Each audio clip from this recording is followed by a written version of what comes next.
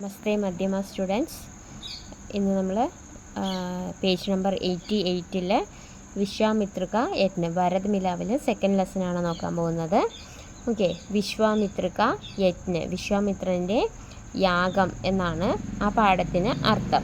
അതിൻ്റെ സാരാംശമാണ് നമ്മൾ നോക്കാൻ പോകുന്നത്. വിശ്വാമിത്ര ബഡേ തപസ്വി ഓർ ക്രോധീത്തെ, അതായത് വിശ്വാമിത്ര എന്ന് പറയുന്ന വ്യക്തി വലിയൊരു മുനിയാണ്, തപസ് ചെയ്തുകൊണ്ടിരിക്കുന്ന ഒരു മുനിയും ദേഷ്യമുള്ള വ്യക്തിയും ആണ്. സബ് ലോഗ് ഉസ്സേ ഡർത്തേത്തെ, എല്ലാ ആൾക്കാരും അദ്ദേഹത്തെ കണ്ട പേടിക്കുമായിരുന്നു.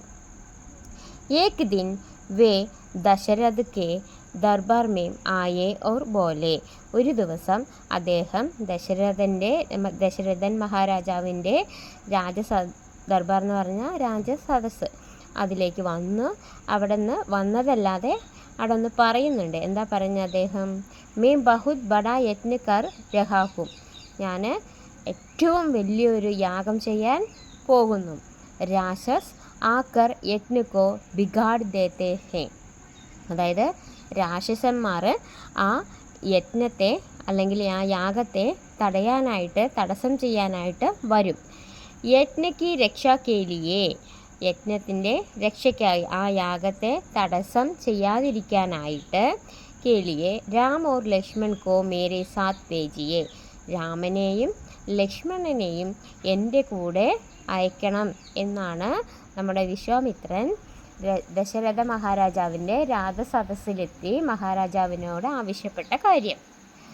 വിശ്വാമിത്ര കി ബാത് സുൻകർ രാജ ദശരഥ് ഗബരാ ഗയേ, ഗബര എന്ന് പറഞ്ഞാൽ ഷോക്കാകുക, അതായത് ഈ വിശ്വാമിത്രൻ പറഞ്ഞത് കേട്ട് മഹാരാജാവ് അന്താളിച്ചു പോയി.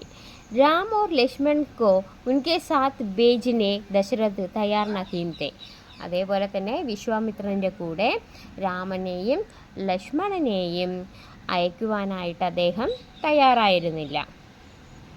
ലേക്കിൻ ഗുരു വശിഷ്ഠ കെ കഹനെ പർ ദശരഥ് രാം ഓർ ലക്ഷ്മൺ കോ വിശ്വാമിത്ര കെ സാത്ത് ബേജിനെ രാജി ഹുയെ, അതായത് വശിഷ്ഠ ഗുരു വന്നിട്ട് ദശരഥനോട് പറഞ്ഞത് കാരണം നമ്മുടെ രാമനെയും ലക്ഷ്മണനെയും ദശരഥ മഹാരാജ് വിശ്വാമിത്രൻ്റെ കൂടെ അയക്കുകയുണ്ടായി. രാം ഓർ ലക്ഷ്മൺ കോ ലേക്കർ വിശ്വാമിത്ര വൻ ഗയേ, അതായത് രാമൻ്റെയും ലക്ഷ്മണൻ്റെയും കൂടെ കൂട്ടിക്കൊണ്ട് തന്നെയാണ് നമ്മുടെ വിശ്വാമിത്രൻ വനത്തിലേക്ക് പോയത്. യജ്ഞക്കോ ബിഗഡ്നെ കേലിയെ കൈ രാക്ഷസ് ആയേ, അതായത് ആ യജ്ഞത്തെ തടസ്സം ചെയ്യാൻ വേണ്ടി നിറയെ രാക്ഷസന്മാർ വരികയുണ്ടായി. രാം ഓർ ലക്ഷ്മണനെ ഉൻ രാക്ഷസോം കോ മാർ ഡാല, അങ്ങനെ വന്ന രാക്ഷസന്മാരെ എല്ലാവരെയും രാമനും ലക്ഷ്മണനും ചേർന്ന് കൊല്ലുകയുണ്ടായി. വിശ്വാമിത്ര ക യജ്ഞ പൂരാഹുവ, അങ്ങനെ വിശ്വാമിത്രൻ്റെ യാഗം പൂർത്തീകരിക്കപ്പെട്ടു. വേ രാം ഓർ ലക്ഷ്മൺ കി വീരദാസെ ഗുഷ് ഹുയെ, രാമൻ്റെയും ലക്ഷ്മണൻ്റെയും ധീരത, അതായത് വീരം, അവരുടെ ധൈര്യം കണ്ട് നല്ല സന്തോഷിച്ചു.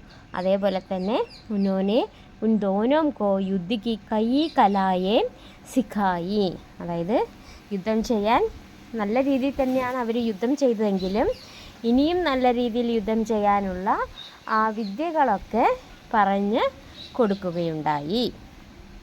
ഓക്കെ, സ്റ്റോറി മനസ്സിലായി എന്ന് വിചാരിക്കുന്നു. സെക്കൻഡ് വൺ, പ്രശ്നം കെ ഉത്തർ ദീജിയെ, ഈ പാർട്ടിൽ നിന്ന് 2 ക്വസ്റ്റ്യനാണ് വരുന്നത്. സബ് ലോഗ് വിശ്വാമിത്ര സെ ക്യോം ഡർത്തെ തെ, വിശ്വാമിത്രനെ കണ്ട് എല്ലാ ആൾക്കാരും ഭയപ്പെടാൻ കാരണമെന്ത്?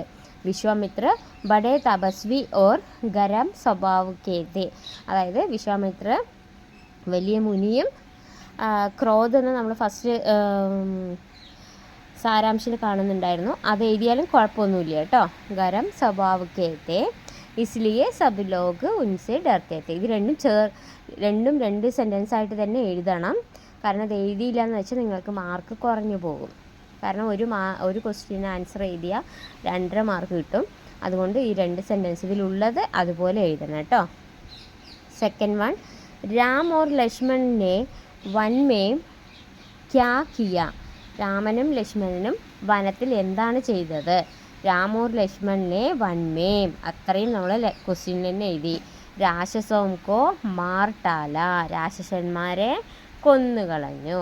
ഇത് നന്നായിട്ട് എഴുതി അങ്ങോട്ട് പഠിച്ചു വയ്ക്കുക. സാരാംശം പഠിക്കേണ്ടതാണ്. ഓക്കെ, ധന്യവാദ്. റീഡ് ചെയ്ത് പഠിക്കുക കേട്ടോ.